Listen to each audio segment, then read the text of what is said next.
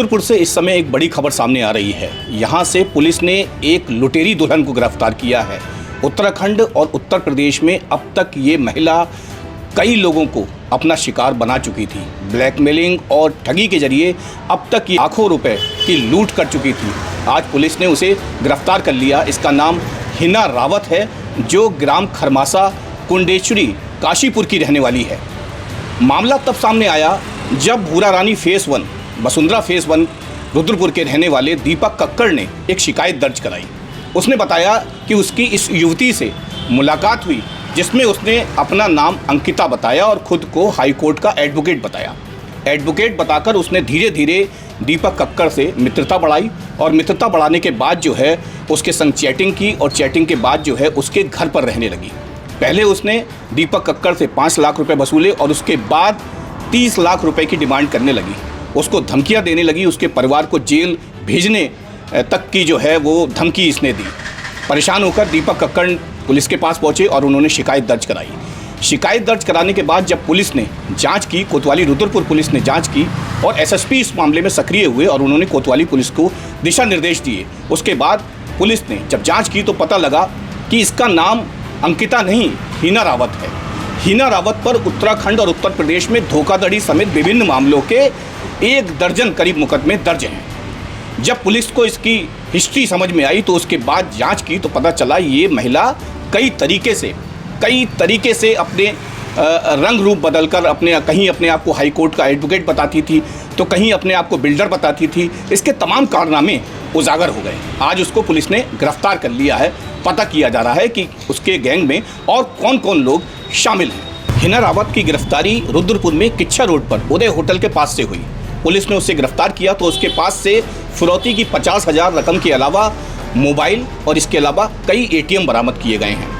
पता लगा है कि विभिन्न मोबाइल नंबरों से हिना रावत लोगों को ब्लैकमेल कर रही थी और उन्हें ठगी का शिकार बना रही थी।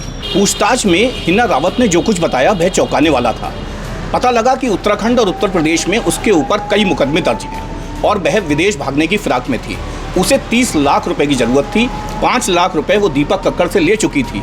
विदेश जाने के लिए 30 लाख रुपए की ज़रूरत थी तो वो दीपक का मर्डर करने, खुद को आत्महत्या करने, इसके अलावा उसको परिवार को मार डालने और उन्हें मुकदमे में फंसाने की धमकी दे रही थी।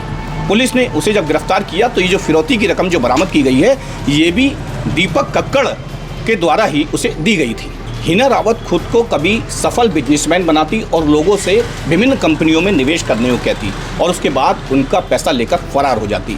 यहाँ तक कि वो खुद को रजनीगंधा जो ब्रांड है उसका ब्रांड एम्बेसडर खुद को बताती थी और लोगों को अपने जाल में फंसाती थी, उनसे बिजनेस मांगती और कहीं ना कहीं जो है उनसे इवेंट कराने के बहाने भी वो पैसे वसूलती थी और उसके बाद जो है जो समझौता होता था उसे तोड़कर जो है भाग जाया करती थी।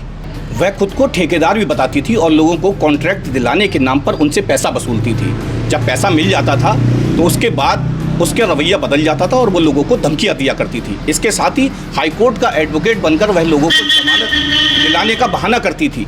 जमानत दिलाने के साथ ही अपराधियों से भी उसकी साठगांठ थी और कहीं ना कहीं उनको बचाने का पूरा आश्वासन देती थी और उनसे पैसे ऐंठती थी।